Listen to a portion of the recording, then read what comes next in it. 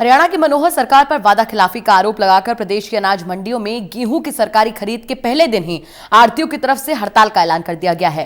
आढ़तियों की इस अनिश्चितकालीन हड़ताल के बाद हरियाणा की अनाज मंडियों में गेहूं बेचने आए किसानों की मुश्किलें बढ़ गई हैं। इस बात से ज्यादा जानकारी दे रहे हैं मेरे सहयोगी महेश कुमार। हरियाणा में धरती का सीना चीर कर देश का पेट पालने वाले किसानों की मुश्किलें अब बढ़ने वाली हैं।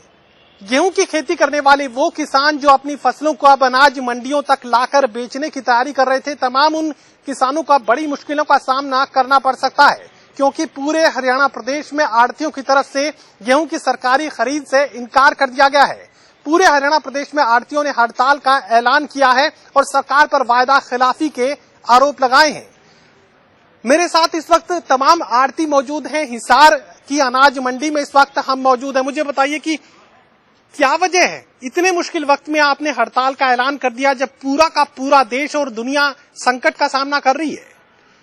ये सरकार की गलत नीतियां और गलत जो है सारा कर रही है। गेहूं पहले पिछले साल ही सरकार ने परचेज की है।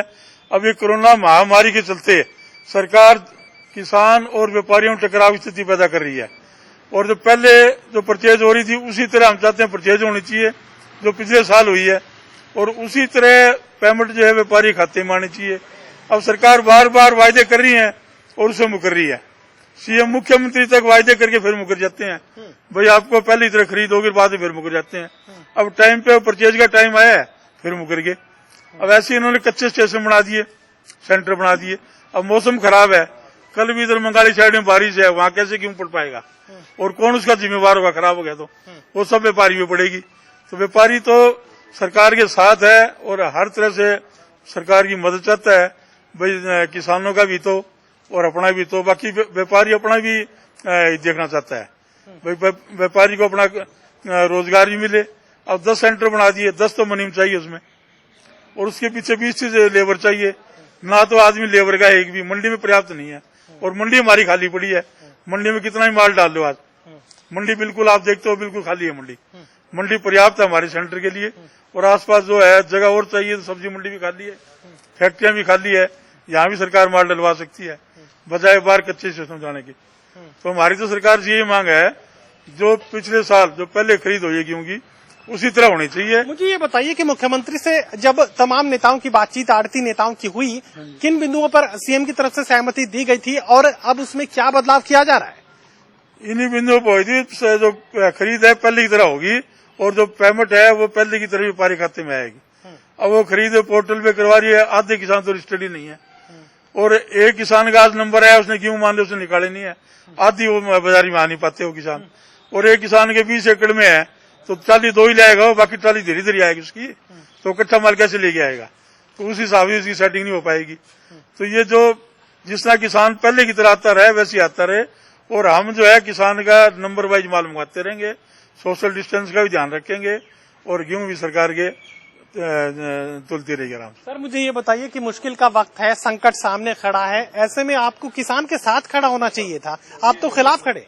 हम आज भी हम किसान के साथ हैं और किसान व्यापारी के साथ है, लेकिन सरकार की गलत नीतियों के खिलाफ हम आवाज उठा रहे हैं। हम चाहते हैं आज भी गेहूं पिछले साल की तरह ही तुलाई जाए, उससे किसान को हम पूरा सहयोग करेंगे, पूरा सैनिटाइज करेंगे और सोशल डिस्टेंस का पूरा ध्यान रखेंगे। हम अपने किसानों को अपने माध्यम से, आढ़तियों के माध्यम से, व्यापारी अपने हिसाब से अपने किसानों को अपनी दुकानों पे बुलाएंगे और उस हिसाब से उसका गेहूं सरकार के द्वारा तुलाया जाएगा। इससे किसान भी खुश है और व्यापारी खुश है, और सरकार को भी इसमें सहयोग की आवश्यकता है। ये किसानों के सहयोग की बात तो आप कह रहे हैं, ये कैसा सहयोग है? किसानों का सहयोग हम हमारी तरफ से पूरा कर रहे हैं जी।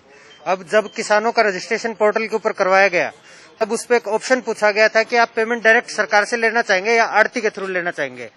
तब किसी भी किसान ने पोर्टल के ऊपर ये नहीं डाला कि हम पेमेंट डायरेक्ट सरकार से लेंगे। हर एक किसान ये चाहता है कि वो अपनी पेमेंट डायरेक्ट आढ़ती के थ्रू लेके जाए, लेकिन सरकार कह रही है कि अब आढ़ती को हम पेमेंट नहीं देंगे, हम डायरेक्ट सरकार के खाते, उसके किसान के खाते में हम पेमेंट डालेंगे। लेकिन कोई भी किसान इस चीज से खुश नहीं है। दूसरा, अब जो सरकार ने कच्ची मंडियां बना दी हैं जी जगह जगह, उससे और भी ज्यादा परेशानी बढ़ेगी, क्योंकि किसान को वहां माल ले जाने में दिक्कत है। आढ़ती को 10 जगह, एक ही आढ़ती 10 जगह माल कैसे तुलवा लेगा? इसलिए हमारी अनाज मंडी इतनी बड़ी है कि यहाँ अगर 20,000 क्विंटल माल हर रोज आता है तो भी यहाँ सोशल डिस्टेंसिंग का पालन पूर्ण रूप से हो सकता है। दूसरा, अगर यहाँ मंडी में भीड़ होती है तो मंडी के पीछे वेयर हाउस है, वेयर हाउस में बहुत जगह है जी, खाली वहां कणक गिरवाई जा सकती है। हमारी मंडी के पीछे यहाँ सेक्टर 14 में कम्युनिटी सेंटर है जी 2 एकड़ में, वहां कणक डलवा सकते हैं। तो फिर दूसरी जगह सेंटर बना के सरकार क्यों व्यापारियों को परेशान कर रही है? ये बताइए, क्या सिर्फ पेमेंट का मामला है या दूसरी जो समस्याएं हैं वो भी उतनी ही बड़ी है? पेमेंट का नहीं है सर, इस बीमारी के कारण लेबर नहीं है इस बार। पिछले साल से आधी लेबर भी नहीं है और इन्होंने इतने सेंटर बना दिए तो वहाँ कैसे काम हो पाएगा? नहीं हो पाएगा। ज्यादा प्रॉब्लम ये भी है।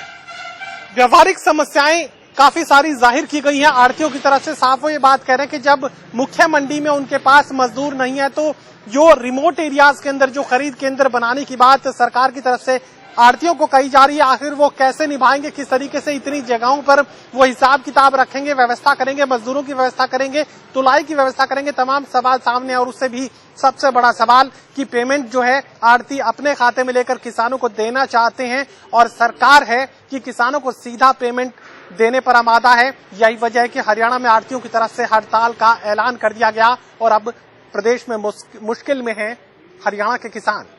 सहयोगी कमल के साथ महेश कुमार, टोटल न्यूज, हिसार।